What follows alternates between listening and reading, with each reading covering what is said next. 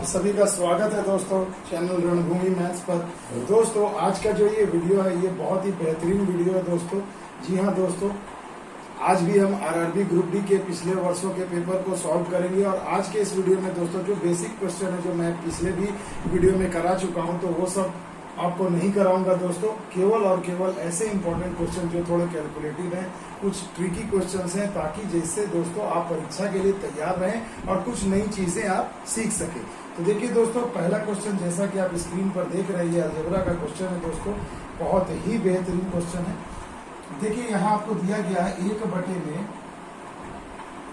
x minus A B. मैं question थोड़ा note कर देता हूँ ताकि लिख कर बताता हूँ तो मजा आएगा आपको भी।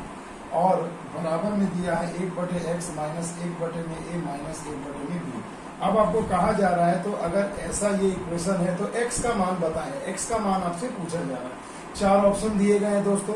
तो अब हम इसे अलजेब्रा के हिसाब से सॉल्व करके नहीं बनाने वाले दोस्तों, हम यहाँ ऑप्शन पुट करेंगे। अब देखिए दोस्तों, ऑप्शन में देखिए एक माइनस ए है और फिर कॉमा बी है, और दूसरा है ए बी, तीसरा है ए माइनस बी और चौथा है माइनस ए माइनस बी। तो दोस्तों पहले ना सिंपल पुट करिए वैल्यू। चलिए x के जगह हम a को पुट करते हैं। अब देखिए दोस्तों, अगर x के जगह मैं यहाँ पर a पुट कर दूं, मैं इसी में आपको करके दिखाता हूँ। x के जगह अगर मैं a बैठा दूं, जहाँ जहाँ x है अगर वहाँ मैं a बैठा दूं, तो देखिए ये कैंसिल हो गया, ये कैंसिल हो गया, तो आ गया माइनस 1/में भी बराबर में माइनस 1/में भी। तो देखिए इक्वेशन सेटिस्फाई हो जा रहा है। तो हम कह सकते हैं कि x का एक मान क्या होगा, a होगा। सिंपल है, प्लस a। अब चलिए अगर इसी में मैं a के जगह पर x के जगह पर b बैठा हूँ, यानी यहाँ हमने जहाँ जहाँ हमने x था वहाँ a बैठा था, अब मैं वहाँ b बैठाता हूँ, तो देखिए क्या आ जाएगा equation, b minus a minus b और 1/में b माइनस a माइनस 1/में b। तो देखो ये b वाला कैंसिल हो गया, तो माइनस 1/में बराबर में माइनस 1/में। तो देखो ये भी इक्वेशन सॉल्व हो गया। तो मैं कह सकता हूँ कि यहाँ से x का मान हमें b भी मिल रहा है। तो देखिए x के 2 मान संभव हो गए, तो एक मान हो गया a और एक मान b, यानी ऑप्शन नंबर बी इस सवाल का सही जवाब होगा। x का मान क्या होगा, a, b। तो देखो कितनी चुटकियों में सॉल्व कर दिया। अलजेब्रा के लॉन्ग प्रोसेस पे जाने की जरूरत ही नहीं है मेरे बच्चों। अब देखिए दोस्तों, जो सवाल ये आपको क्वेश्चन नंबर 2 आप स्क्रीन पर देख पा रहे हैं, कहा गया कि दो संख्याओं का समांतर माध्य। समांतर माध्य का मतलब एवरेज कितना है, 75। तो मान लो भैया एक संख्या हमने मान लिया x, दूसरी संख्या मान लिया y, इनका समांतर माध्य यानी कि इनका एवरेज कितना हो गया भैया, 75। तो यानी x प्लस वाई का मान आपको क्या मिल जाएगा दोस्तों, 75 गुना 150। क्लियर। अब देखिए दो कंडीशन दिए गए हैं, एक कंडीशन दिया, इसे समझिए। कहा गया छोटी संख्या को 30% घटा दिया जाए। अब आपको इसमें एक छोटी और एक बड़ी आपको मान लेना है। तो चलो मैं मान लेता हूँ कि x छोटी संख्या है और b क्या है, बड़ी संख्या है। इतना तो हम कर ही सकते हैं भैया। तो देखो अब जो कहा है मैं वैसे करते जा रहा हूँ। देखो कितनी चुटकियों में सॉल्व हो जाएगा। कहा गया है छोटी संख्या को 30% घटा दिया, यानी अगर x छोटी संख्या है, इसे अगर मैं 30% घटाऊं यानी 70/में 100 होगा। तथा बड़ी संख्या को 40% बढ़ा दिया, यानी y है, इसे 40% बढ़ा दिया तो 140/में 100। इनका योग, तो देखो इनका योग हमने कर दिया, ठीक है। अब एक और कंडीशन आपको दिया गया, छोटी संख्या को अब उल्टा कर दिया। अब देखो छोटी संख्या x है, इसे कह रहा है 40% बढ़ा दिया तो 140/100, और बड़ी संख्या को अब कहा जा रहा है कि 30% घटा दिया जाए, यानी 70/में 100 कर दिया जाए। अब इनका योग, अब इनका योग पहले वाले योग से कितना अधिक है भैया, 30, और इनका योग से प्राप्त संख्या से 21 अधिक होगा, यानी ये वाला इससे कितना अधिक होगा, 21 अधिक होगा। तो बराबर 21 कर देता हूँ भैया। देखो इक्वेशन बन गया। तो कहा जा रहा है आपसे कि छोटी संख्या ज्ञात करें। छोटी संख्या यानी x का मान आपसे पूछा जा रहा है। सिंपल भैया, कुछ नहीं करेंगे। देखिए ये 70x हो गया, प्लस 140y हो गया, ये माइनस 140x हो गया। ये वाला देखो अगर ब्रैकेट में लिखेंगे तो यहाँ भी तो ये माइनस आ जाएगा, तो ये वाला हो गया माइनस 70y/100 बराबर 21। तो 100 नहीं लिखना है भैया, लॉसो देखो सब में 100 है, लॉसो लेंगे तो 100 ही आएगा। ये 100 को मैं इधर भेज देता हूँ ताकि कैलकुलेशन आसान हो जाए। तो देखो भैया 140y में से 70y चले गए तो बच गया 70y, और इसमें से ये घट गया तो बच गया 70x बराबर 2100। अब देखो भैया y माइनस x का मान निकाल लो, 2100/में 70, तो 7 × 21 और 0, यानी y माइनस x का मान आ गया 30, और x प्लस वाई आपको 100 दिया है, 150 दिया ही है। तो भैया x प्लस वाई बराबर 150 और y माइनस x बराबर 30, तो इसकी वैल्यू जरा निकाल लो। तो देखो माफ कीजिएगा मैंने गलत कर दिया, ये x और ये x कर दिया तो क्या हो गया 2y बराबर आ गया 180, तो y का मान आ गया 90, यानी बड़ी संख्या आपको मिल गई 90, तो ये वाली आ गई 90, तो ये वाली संख्या कितनी होगी घटा दो तो x का मान हो गया 60। तो देखो थोड़ा सा कैलकुलेटिव था मगर अगर हम थोड़ा सा दिमाग का प्रयोग करें तो काफी शॉर्टकट में भी हम इसे बना सकते हैं। तो ये था भैया एकदम बेसिक मेथड, ये नए बच्चे को मैंने सिखाने के लिए बताया।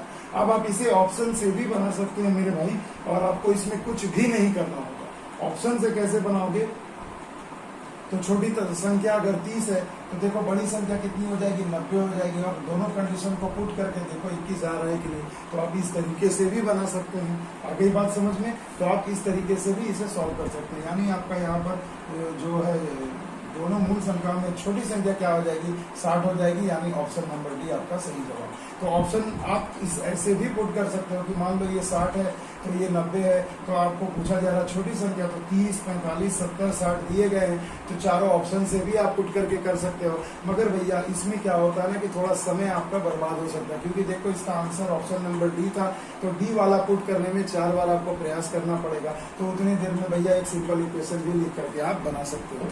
आई होप आपको समझ में आ गया होगा दोस्तों। चलिए चलते हैं अगले प्रश्न की ओर। तो देखिए दोस्तों, अगला सिक्कों पर आधारित प्रश्न है, बहुत ही मजेदार क्वेश्चन है, इसे ध्यान से देखिएगा। कहा गया एक बैग में 50 पैसे, 25 पैसे और 10 पैसे। तो देखो भैया सिंपल तरीका, जबरदस्त तरीका बताऊंगा। 50 पैसे, 25 पैसे और 10 पैसे के 3 वैरायटी के कॉइन्स है एक बैग में आपने रखा है, और ये कितने के अनुपात में है 5:4:3 के अनुपात में है। कहा जा रहा है यदि इन सभी सिक्कों का कुल मूल्य 171 रुपए है तो हर एक प्रकार के सिक्कों की संख्या क्या होगी। तो देखो दोस्तों, मैं इस वीडियो के डिस्क्रिप्शन में आपको सिक्कों पर आधारित प्रश्न का भी लिंक शेयर कर दूंगा। उसमें मैंने सिक्कों पर आधारित 4 तरीके से जो क्वेश्चन पूछे जाते हैं, चारों के चारों जबरदस्त तरीके से बताया है। तो जो नए हैं मेरे चैनल पर, उनसे ये रिक्वेस्ट है कि वो उस प्लेलिस्ट में जाकर के लिंक को डिस्क्रिप्शन में जाकर के लिंक से जाकर के डायरेक्ट वीडियो को देख सकते हैं। अब देखिए दोस्तों, इसे हम कैसे करेंगे। अब देखो, अनुपात को संख्या में बनाने के लिए हम क्या करेंगे, सब में x चिपका देंगे। देखिए भैया x चिपका दिया, यानी 10 पैसे के सिक्कों की संख्या हो गई 3x, 25 पैसे के सिक्कों की संख्या हो गई 4x और 50 पैसे के सिक्कों की संख्या हो गई 5x। अब देखो आपको दिया गया है कुल मूल्य है 171, यानी ये मूल्य है यानी रुपया में है, तो इन सभी को आप रुपया में कन्वर्ट कर दीजिए। तो देखो 5x, अब आप मेरे को बताओ 1 रुपए में कितने सिक्के होते हैं 50 पैसे के 2, तो इसे 2 से डिवाइड कर देंगे। ये है 4x। अब आप बताओ एक रुपए में 25 पैसे के कितने सिक्के होते हैं 4 होते हैं मेरे भाई, 4 होते हैं ना, तो 4 से आप इसे डिवाइड कर दोगे तो ये रुपए में कन्वर्ट हो जाएगा। और 3x सिक्के हैं, और 1 रुपए में 10 पैसे के कितने सिक्के होते हैं 10 सिक्के होते हैं, तो आप इसे 10 से डिवाइड कर दो, है ना। तो देखो ये पूरा रुपया बन गया। बस अनुपात आपके सामने सॉल्व कर लो भैया। एलसीएम कितना हो जाएगा भैया, चलो मैं 20 ले लेता हूँ, 2 से गए 10 बार में, तो ये हो गया 50x, 4 पंजे 5 हो गए 20x, 10 दूनी यानी 2 तिया 6x बराबर 171, जोड़ दो 50 20 70 6 76, यानी 76x बराबर हो गए 171 इंटू 20। अब आपको x की वैल्यू निकालनी है, सिंपल सा चीज है, देखो जरा कटा करके। तो देखो भैया 2 से अगर मैं इसे घटाऊं 2 तिया 6, 2 8 16, 2 से कट गए 10 बार में। और किसी से ये कट रहा है कि नहीं भैया, जरा सा चेक करके हम लोग देख लेते हैं कि किससे कट रहा है। तो देखो मेरे भाई, अगर मैं 2 से और कटा दूं तो 19, तो 2 पंचे 10 हो गए, 19 से कट गया ये 9 बार में, 9 पंचे 45, यानी x का मान आ गया 45, यानी ये x का मान हो गया 45। अब आपसे पूछा जा रहा है कि सभी प्रकार के सिक्कों की संख्या बताएं, तो यहीं पर जरा मैं पुट करूं तो ये कितना 5x है मेरे भाई, यानी 5x का मान क्या होगा मेरे बच्चा 5 गुणे 45, यानी कितना हो गया 225, 25 5 गुणे 20 तो 225। अब ये ऑप्शन देख लो कि 50 पैसे के सिक्कों की संख्या 225 किसने दी गई है, तो केवल और केवल एक ऑप्शन है, और वो ऑप्शन है ऑप्शन नंबर बी, यानी option B is the right answer. बाकी सिक्कों की संख्या आपको निकालने की जरूरत नहीं है। तो आई होप आपको मजा आया होगा ये मेथड देखकर, बहुत ही बेसिक है, कोई ट्रिक नहीं लगाया है दोस्तों। तो देखिए इस तरीके से भी आप इसे आसानी से बना सकते हो। तो देखिए दोस्तों, अगला क्वेश्चन आपके स्क्रीन पर है। कहा गया है कि एक आयत है जिसका आयाम है 4 सेंटीमीटर और 5 सेंटीमीटर, यानी एक आयत है जो 5 सेंटीमीटर लंबा और 4 सेंटीमीटर चौड़ा है। अब कहा जा रहा है कि इसे मोड़कर एक समबाहु त्रिभुज बनाया गया, यानी कि अब इसे हमने मोड़ दिया और क्या बना दिया दोस्तों, एक समबाहु त्रिभुज बना दिया। तो कहा जा रहा है इस प्रकार निर्मित समबाहु त्रिभुज का क्षेत्रफल कितना होगा। तो मेरे बच्चों इसका क्षेत्रफल कितना होगा, यही आपसे पूछा गया एरिया। तो मेरे बच्चों जब किसी एक ज्योमेट्रिकल आइडेंटिटी डायग्राम को मोड़कर अगर कोई दूसरा बनाया जाए तो कौन सी बात हमेशा कॉमन रहेगी? जी हाँ दोस्तों, परिसीमा। यानी कौन सी बात कॉमन रहेगी? परिसीमा। तो एक आयत की परिसीमा क्या होती है? 2 गुने लंबाई जोड़ चौड़ाई। तो 2 है, लंबाई 5 है और चौड़ाई 4 है। 5 4 9 यानी 9 दूनी 18, यानी 18 सेंटीमीटर परिसीमा होगी इस आयत की। और इस समबाहु त्रिभुज की भी परिसीमा 18 सेंटीमीटर ही होगी, क्योंकि भैया लंबाई में परिवर्तन नहीं होगा। हम शेप को मोड़ तोड़ के दूसरा बदल सकते हैं, मगर परिसीमा हमेशा सेम रहेगी। तो मेरे बच्चों समबाहु त्रिभुज की परिसीमा का फॉर्मूला क्या होता है भैया? तो 3 भुजा तीनों बराबर होती है, यानी 3 है। तो 3a बराबर में आप कह सकते हो 18 है। तो 3 6 18, a बराबर 6 सेंटीमीटर। अब इसका एरिया पूछा जा रहा है, तो एरिया क्या होता है? √3/4 गुने भुजा स्क्वायर। भुजा स्क्वायर यानी 6 गुना 6। तो देखो 36 4 9 36 9, यानी कि 9√3 वर्ग सेंटीमीटर। तो इस समबाहु त्रिभुज का क्षेत्रफल कितना हो गया मेरे भाई? 9√3 वर्ग सेंटीमीटर। तो देखो कितना बेसिक सा क्वेश्चन था। तो देखिए दोस्तों, अब बहुत ही बेहतरीन क्वेश्चन आ गया औसत से। देखिए आपको x1 से लेकर के x10 तक का औसत दिया गया है 20। तो मेरे बच्चों x1 plus x2 plus dot dot dot plus x10 तक अगर मैं औसत कहा गया 20, तो टोटल कितना होगा? तो गुना कर दो 10 से, तो यही हो गया योग। अब मेरे बच्चों आपसे पूछा जा रहा है कि x1 plus 4 plus x2 plus 8 plus dot dot dot plus x10 plus 40 का आपसे मान पूछा जा रहा है कि इसका मान बताइए। क्वेश्चन क्लियर है? अब देखो भैया सभी में तो x1 x2 है, तो देखो x1 plus x2 plus dot dot dot plus x10 तो मैं कॉमन ले लेता हूँ। तो देखो ये सभी संख्याएं हमने कॉमन ले लिया, तो 10 तक हो गया, जिसका मान हमें 200 ऑलरेडी दिया हुआ है। मगर अब देखो एक नया चीज आ गया, 4 फिर 8 ऐसे करके बढ़ते जा रहा है 4 के गैप पर, और 40 तक जा रहा है। तो आइए हम इसे भी लिख लेते हैं। तो ये क्या हो जाएगा मेरे बच्चों? 4 plus 8 plus dot dot dot plus 40। Clear है? अब देखिए इसका आपको वैल्यू आपको अभी आपने निकाला, योग कितना है? 200 लिख दो भैया। इसमें से देखो 4 अगर मैं कॉमन ले लूं तो क्या हो जाएगा? 4 एकम 4, 4 दूनी 8, 4 3 12 प्लस डॉट डॉट डॉट 4 3 40। अब बोलो प्राकृतिक संख्या 1 से लेके 10 तक का योग आपको नहीं पता है?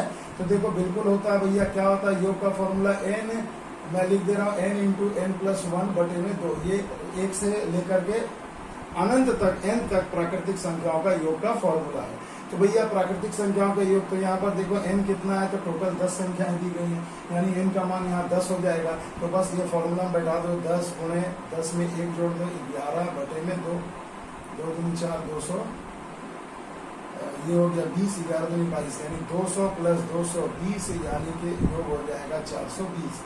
तो आपसे पूछा जा रहा है कि इनका औसत क्या होगा। तो मेरे बच्चों औसत निकालना है, तो औसत निकालने के लिए पहले आप ये सोचिए कि संख्याएं कितनी दी गई थी। तो देखो भैया ये टोटल 10 ही संख्या तो थी, 40 भले दिख रहा है 4 के गैप पे, और ये 10 है, यानी इसे 10 से हम डिवाइड कर देंगे। तो यानी औसत कितना हो जाएगा? 42 हो जाएगा। तो देखो एक एक लाइन में ये सब बन जाएगा। थोड़ा सा अगर कंसेप्ट रहे तो आप इतना सारा काम तो भरभरी कर सकते हो। तो मजा आया होगा दोस्तों। ये क्वेश्चन, ये आंसर हो जाएगा इसका ऑप्शन नंबर सी 42। तो देखिए कितने मजेदार तरीके से हमने इसे सॉल्व कर दिया। तो अब देखिए दोस्तों इस क्वेश्चन को अच्छे से देखिएगा। बीच बीच में मैं कुछ क्वेश्चन छोड़ दिया हूं जो मैं पिछले वीडियो में बता चुका हूँ। सेम कंसेप्ट है, आप सॉल्व कर लेना। और जितनी भी मैं अभी सीरीज पुट कर रहा हूँ, जब तक 17 अगस्त से ग्रुप डी शुरू नहीं होता तब तक दोस्तों एक एक वीडियो आपके लिए महत्वपूर्ण है। जरूर आपको कुछ ना कुछ सीखने को मिलेगा दोस्तों। तो आई होप आप इसे अच्छे से जरूर देखेंगे। देखिए सिंप्लीफिकेशन का क्वेश्चन है, कुछ भी नहीं करना दोस्तों। इसमें क्या करना, लास्ट से बनाओ 4 3 7, तो ये हो गया -7, ये घट जाएगा 5, तो क्या हो जाएगा -2। तो यहाँ देखो ये माइनस माइनस प्लस हो गया 6, 6 को कितना हो गए 8 हो गए। तो 8 जैसे ही होगा भैया, बाहर में माइनस है तो 8 - 5 यानी कि कितना हो जाएगा, ये -3 हो जाएगा। -3 ये माइनस माइनस प्लस 15 3 18। तो देखो भैया लास्ट से हमने बनाया, ये कितना आ गया आंसर 18। तो आंसर कितना हो जाएगा, ऑप्शन नंबर ए आपका सही जवाब हो जाएगा 18। आई होप आपको बेसिक क्लियर है ही दोस्तों। अब देखिए दोस्तों अगला जो क्वेश्चन है बहुत ही बेहतरीन है। 296 और दूसरी संख्या का 974 है, तो उनका लौसो 2072 है, तो दूसरी संख्या बताएं। तो मेरे बच्चों आपको पता होगा, मैंने बताया है पहली संख्या गुणे दूसरी संख्या बराबर होता है 900 गुणे में उनका लौसो। तो देखो मेरे भाई यहाँ पर अब आपको क्या दिया गया है इस क्वेश्चन में, आपको दूसरी संख्या 296 यानी पहली संख्या 296 दे दी गई है, दूसरी संख्या पता नहीं तो x लिख देंगे। तो मौसो कितना दिया है मेरे बच्चों, मौसो यहाँ पर क्वेश्चन में आपको दिया है 74 और लॉसो दिया है 2072। तो लॉसो में बैठा दीजिए, बस सिंपल कैलकुलेशन होकर सॉल्व करिएगा, x की वैल्यू आ जाएगी 518। तो इसे आप सॉल्व कर लेना मेरे बच्चों, कुछ भी नहीं है, option number B is the right answer. तो आप सिंपल इसे क्रॉस चेक कर लीजिएगा कटा करके, यही आपका आंसर हो जाएगा। अगला क्वेश्चन ध्यान से देखना मेरे बच्चों, बहुत ही बेसिक सा क्वेश्चन है। दिया गया है कि ट्रेन पर आधारित है 2 रेलगाड़ियां क्रमशः 110 किलोमीटर प्रति घंटा और 90 किलोमीटर प्रति घंटा से एक ही दिशा की ओर जा रही हैं। तो तेज चलने वाली रेलगाड़ी ने धीमी चलने वाली रेलगाड़ी को 18 सेकंड में पार किया, तो तेज चलने वाली रेलगाड़ी की लंबाई कितनी है? मेरे बच्चों कुछ नहीं करना, देखो 2 ट्रेनें हैं, एक इस तरीके से है और एक छोटी या कोई भी ट्रेन होगी। तो दोनों ट्रेनें क्या है, एक ही दिशा में जा रही है। ये आपको 110 किलोमीटर प्रति घंटा चाल है और इसकी आपको दी गई है 90 किलोमीटर प्रति घंटा। बड़ी वाली ट्रेन ने छोटी वाली ट्रेन को, या एक ट्रेन ने दूसरे ट्रेन को, तेज चलने वाली ट्रेन ने धीमी चलने वाली ट्रेन को कितने देर में पार किया मेरे भाई? 18 सेकंड में। तो देखो भैया 18 सेकंड में जब पार किया है तो ये आपसे पूछा जा रहा है कि इनका लंबाई क्या होगा तेज चलने वाली ट्रेन का। तो कुछ भी नहीं करना, एक ही दिशा में जा रही, तो सापेक्ष चाल कितना हो जाएगा मेरे बच्चों? 110 माइनस 90, ये हो गया वेग, गुणा में क्या होता है समय, समय क्या लगा 18 सेकंड। अब देखो पूछा जा रहा है ट्रेन की लंबाई, तो लंबाई मतलब क्या, दूरी ही तो तय कर रहे हैं ना। ये ट्रेन इस ट्रेन को पार कर रही है, यानी कि अपने खुद की लंबाई को भी पार कर रही है और इसकी भी, सीधी सी बात है। तो ऐसे प्रश्न में क्या करना है, आपको केवल डिस्टेंस निकाल देना है। अब मेरे बच्चों एक काम करिएगा, ऑप्शन में देखो सभी मीटर में ऑप्शन दिए गए हैं, यानी कि मेरे बच्चों आपको इसको क्या करना है, 5/18 से भी गुना करना है, तब तो मीटर पर सेकंड होगा और ये सेकंड कट जाएगा, मीटर में आंसर आ जाएगा। तो देखो 18 कट गए, यहाँ कितना हो गया 5, ये हो गया 20, यानी कि 20 बचे 100, यानी कि 100 मीटर। तो 100 मीटर आपका सही जवाब हो जाएगा, यानी ऑप्शन नंबर सी आपको देखने को मिल रहा है 100। देखिए ऑप्शन नंबर सी में क्लियर है दोस्तों। देखिए दोस्तों अगला जो क्वेश्चन है एसआई से रिलेटेड है। एक धनराशि को 2 वर्ष के लिए 6% ब्याज की दर पर निवेश करने पर 75 रुपए ब्याज मिला, तो वह निवेश की गई धनराशि कितनी है? तो देखिए 2 वर्ष आपको दिया है मेरे बच्चों और उस पर आपको कितना मिल रहा है 6% के हिसाब से। तो 6% यानी सालाना, तो 2 वर्ष में कितना मिल जाएगा, तो 6 गुणे तो यानी 12%। अब आप बोलोगे भैया कि 12% है ब्याज मिल रहा है और जो कि 75 रुपए है, तो लिख दिया हमने 75। तो कहा जा रहा मूलधन कितना है, तो मूलधन कितना होगा 100%। तो सिंपली देखिए हमने कितनी आसानी से इसे सॉल्व कर लिया है ना दोस्तों, क्लियर है। 3 से गया ये 25 बार में, 3 चौके 12, 4 से गया ये 25 बार में, 25 25 625, यानी मूलधन कितना आ गया 625 रुपये। तो देखिए दोस्तों कितनी आसानी से ये सब क्वेश्चन सॉल्व हो जाते हैं। इस क्वेश्चन को देखिए दोस्तों, ये आपको एपी, जीपी और एसपी भी मैंने अभी हाल ही में वीडियो पोस्ट किया था, तो उससे भी रिलेटेड बहुत सारे क्वेश्चन आपको परीक्षा में देखने को मिलेंगे मेरे बच्चों। तो देखिए उसे आप प्लेलिस्ट में जाकर जरूर देखिएगा, उसका भी लिंक मैं आज के वीडियो के डिस्क्रिप्शन में डाल दूंगा दोस्तों। तो देखिए ये जीपी से रिलेटेड एक क्वेश्चन है, गुणोत्तर माध्य से ज्योमेट्रिक प्रोग्रेशन से। तो देखिए इसमें क्या है, देखिए कहा गया है 16, 32, 64। देखो 16, 32, 64, 128 डॉट डॉट डॉट 11, ऐसे 11वां अंक क्या होगा, 11वां पद क्या होगा, 11वां पद का मान आपसे पूछा है मेरे बच्चों। ठीक है दोस्तों, तो सबसे पहले देखिए ए मतलब फर्स्ट संख्या, पहली संख्या 16। उसके बाद देखो आर मतलब क्या होता है, दूसरी संख्या बटे में पहली संख्या। तो 16 दूनी 32, यानी कि आर का मान हो गया 2। अब दोस्तों एन यानी 11वां पद आपसे पूछा है दोस्तों, तो टी एन का फॉर्मूला आप लोगों को पता होना चाहिए जीपी सीरीज का, A into R to the power N minus 1 होता है, A into R to the power N minus 1 होता है। तो अब मेरे बच्चों जरा इसे सॉल्व करते हैं। चलिए ए का मान आपको मिल गया है 16, आर का मान आपको पता है 2, तो हमने 2 बैठा दिया, एन यानी 11वां पद आपसे पूछा जा रहा है, तो 11 माइनस 1 यानी 10।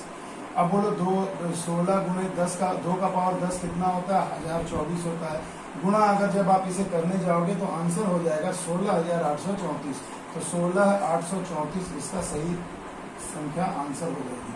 तो यानी इस जीपी सीरीज का 11वां पद का मान कितना होगा 16,834। तो ये एक बेसिक फॉर्मूला था दोस्तों, इसे अच्छे से याद करना और फुल वीडियो का लिंक मैं डिस्क्रिप्शन में दे दूंगा, वहां से फुल वीडियो को जरूर देखना, क्योंकि बच्चों आरआरबी में इस चैप्टर से आपको एक क्वेश्चन जरूर मिलेगा। अगला जो क्वेश्चन है देखिए दोस्तों, हाथी के दांत वाला है। कहा गया 3 का क्यूब प्लस 8 का क्यूब पूरे बट्टा में 3 का स्क्वायर माइनस 3 गुने 8 प्लस 8 का स्क्वायर। ये मैं बताना नहीं चाहता था, फिर भी बता देता हूँ क्योंकि ऐसा भी एक क्वेश्चन आएगा। देखो ये A cube plus B cube वाला रूप आ गया, A cube plus B cube, और नीचे क्या आ जाएगा A square minus A B plus B square का रूप है। तो जब ऐसा बटा में रहता है तो यहाँ इसका आंसर क्या होता है, प्लस है तो भैया प्लस 8 और 3 को जोड़ दो, यानी हो गए 11। इसे फुल डिटेल से और समझना है तो मेरे प्लेलिस्ट में अलजेब्रा का भी मैं लिंक दे दूंगा, वहां भी आप इसे देख सकते हो। सब चुटकियों में सॉल्व होते हैं दोस्तों।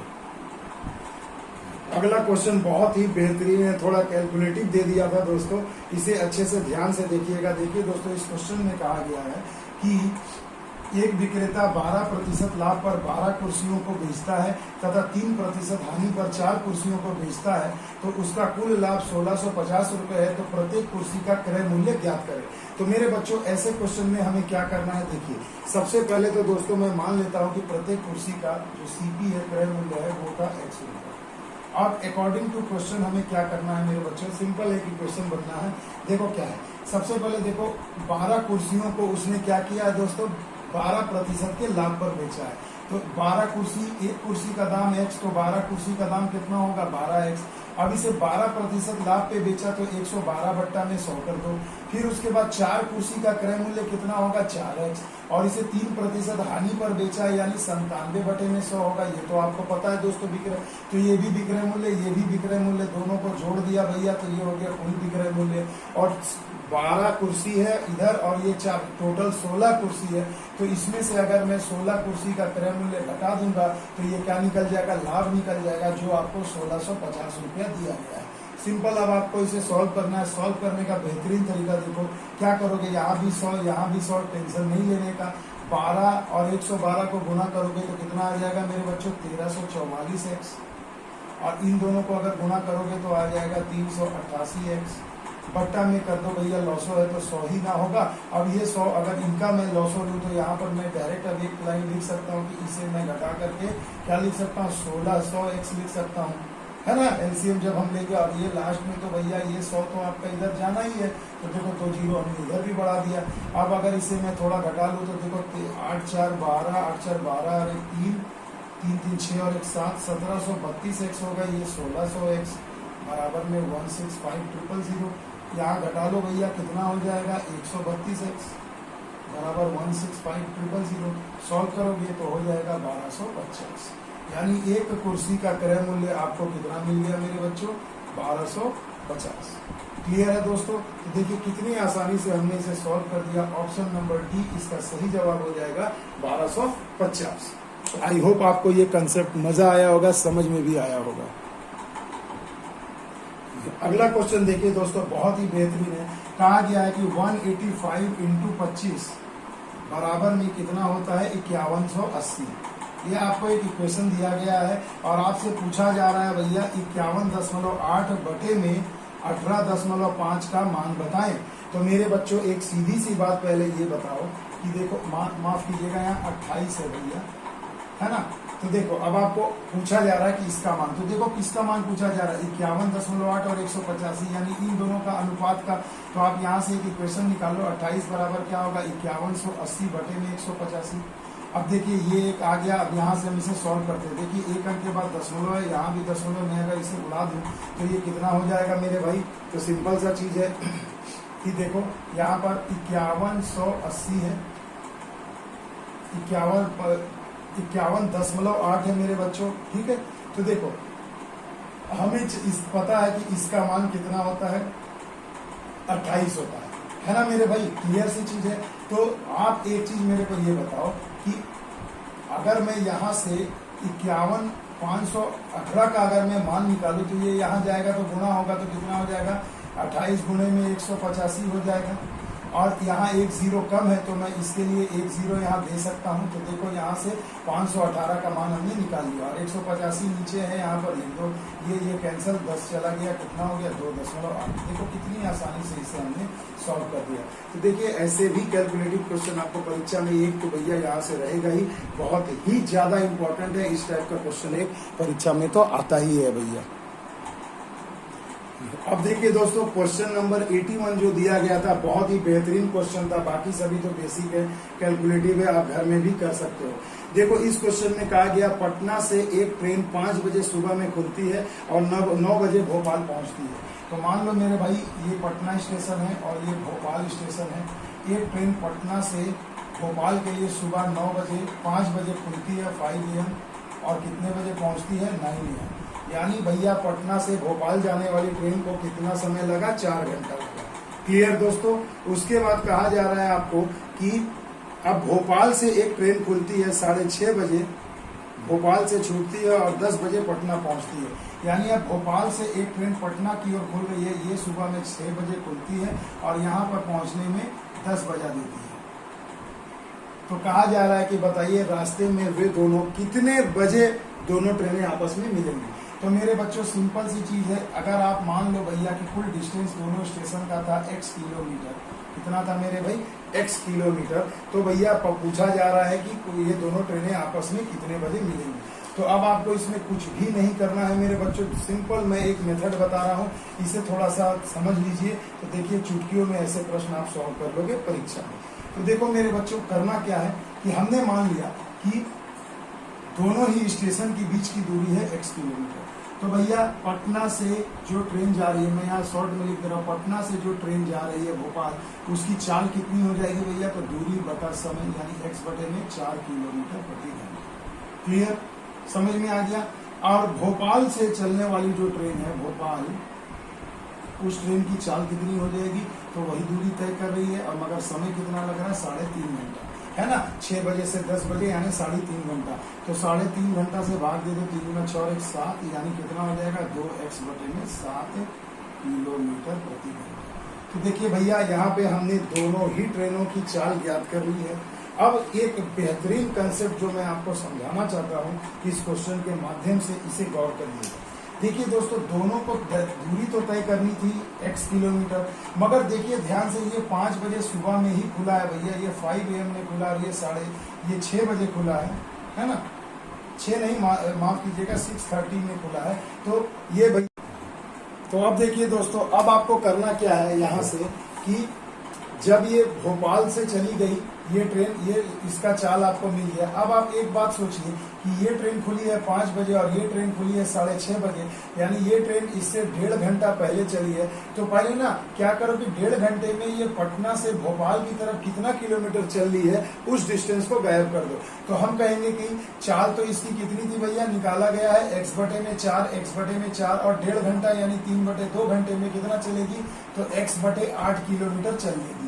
और कुल दूरी है x, तो शेष दूरी आप निकाल लो, शेष दूरी कितना हो जाएगा x माइनस x बटे में 8 यानी कि 5x बटे में 8। अब यही दूरी को दोस्तों ये और ये ट्रेन दोनों साथ साथ चल रही है, तो इसका अब आपको क्या करना, समय निकाल लेना। तो समय बराबर क्या होगा, दूरी बटे में वेग। तो इसका वेग है x बटे में 4 और इसका वेग है x बटे में 7। सिंपली सॉल्व कर लीजिए। तो देखिए कितना हो जाएगा, 7 चौका 28, 7 4 11, यानी ऊपर 5x नीचे में 8, यहाँ पर 11x और ऊपर चला जाएगा 7 चौके 28। क्लियर दोस्तों, x और x कैंसिल हो गया। अब देखिए अब आप इसे कैसे कटा सकते हो, 2 चौके 8, 2 से गए 14 बार में, 14 पंचे 70, 70 बटे 44 है ना भैया। तो अब 2 दूनी 4, 2 सते 14 हो गया, यानी कितना, यहाँ अगर आप इसे जब कैलकुलेट कर रहे हैं दोस्तों, ठीक है दोस्तों। अब देखिए यहाँ पर माफ कीजिएगा 2x था, तो देखो यहाँ हो जाएगा था 15x, तो 5 दिया 15 और ऊपर में बच गया 7, नीचे में 6, यानी 1 बटे में 6। तो 1/6 अगर मैं इसे 60 से गुणा कर दूं तो क्या हो जाएगा भैया, 10 हो जाएगा। यानी 1 घंटा 10 मिनट के बाद ये दोनों ट्रेनें आएंगी। कैलकुलेशन थोड़ा ध्यान से वीडियो को रोक रोक के करना या प्रयास करना कि खुद से कर ले। तो देखिए हमने चाल निकाल दिया था, जो जितना देर पहले ये चलना शुरू की है उस समय में कितना दूरी तय किया वो निकाल करके हमने शेष डिस्टेंस निकाल दिया यहाँ। अब शेष दूरी को दोनों के चाल के से जोड़ करके भाग दे दीजिए तो समय निकल जाएगा 1 घंटा 10 मिनट। तो देखो भैया 5 बजे ट्रेन चलना शुरू की गई थी 5 AM और 1 घंटा 10 मिनट यानी 1 घंटा 10 मिनट अगर इसमें आप ऐड करोगे तो 5 और 1 6 हो जाएगा भैया, है ना। तो देखो तो यहाँ पर आप देखिए कि 6:30 बजे जब आपकी ट्रेन चालू हुई थी, माफ करिएगा यहाँ पर 6 होगा क्योंकि आपने तो 7 चलना कब शुरू हुआ 6:30 बजे से। तो देखो यहाँ पर 6 और 1 हो जाएगा 7, 6:30 है ना, तो 6 और 1 7:30 और 10 40 मिनट, यानी ये दोनों ट्रेनें आपस में कब मिलेंगी तो 7:40 पर मिल जाएगी। यानी हम कह सकते हैं कि घड़ी में उस समय कितना बजेगा तो 7:40 7:40 AM बजेगा। तो देखिए दोस्तों, इस तरीके से आप ऐसे प्रश्नों को सॉल्व करिए। मेरा दावा है कि ऐसे क्वेश्चन जरूर आएंगे परीक्षा में, और ऐसे क्वेश्चन को इस तरीके से बनाओ तो चुटकियों में सॉल्व होने लगेगा। अब देखिए दोस्तों, अगला जो क्वेश्चन है स्क्रीन पर है आपके सामने, 40x² बराबर 334 का स्क्वायर माइनस 134 का स्क्वायर है, तो एक्स स्क्वायर का मान क्या होगा। तो दोस्तों उम्मीद करता हूं कि इस बेसिक से क्वेश्चन का आंसर आप लोग मुझे कमेंट सेक्शन में जरूर देंगे। a + b a - b का फॉर्मूला लगाइए, सिंपल कैलकुलेशन है, तो ये बताने की जरूरत नहीं है। मगर दोस्तों आपसे रिक्वेस्ट है, इसका आंसर आप कमेंट सेक्शन में जरूर कमेंट करिएगा। अब देखिए दोस्तों, आखिरी जो क्वेश्चन है इसे अच्छे से देखिएगा, समझिएगा, बहुत ही बेहतरीन पूछा गया था। आपसे पूछा गया कि 1² - 2² + 3² - 4² ऐसे अगर चला जाए तो 21 पदों का योग कितना होगा। तो मेरे बच्चों सीधी सी बात है, पहले ये देखो कि अगर मैं इसे सॉल्व करूं तो 2 का स्क्वायर हो गया 4, 1 का स्क्वायर 1 - 3, ये कितना हो जाएगा 16, माइनस में हो जाएगा यहाँ पर 9। उसी तरह से अगर हम लोग चाहे 21 को छोड़ दो तो 21 का स्क्वायर तक हम लोग लिख देते हैं। अगर 19 और 20 तक का अगर मैं लूँ, देखो 19 का स्क्वायर हो जाएगा, कितना हो जाएगा मेरे बच्चों 19 का स्क्वायर 361, ये माइनस में होगा, और 20 का स्क्वायर 400 प्लस में होगा, 21वां तो आपका है ही। तो अब मेरे बच्चों जरा सी एक बात को समझिएगा कि आपको यहाँ पर करना क्या है। तो देखो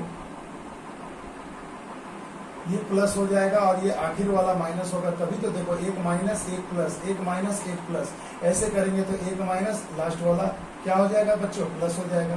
तो देखो ये कितना हो गया, -4 में से 1 गया तो 3 - 3, यहाँ हो जाएगा माइनस में 7, यहाँ हो जाएगा भैया। आगे अगर ऐसे ही चलेंगे तो ये माइनस में 39 आ जाएगा, है ना बच्चों। और प्लस 21 का स्क्वायर तो 441 अपने पास है ही।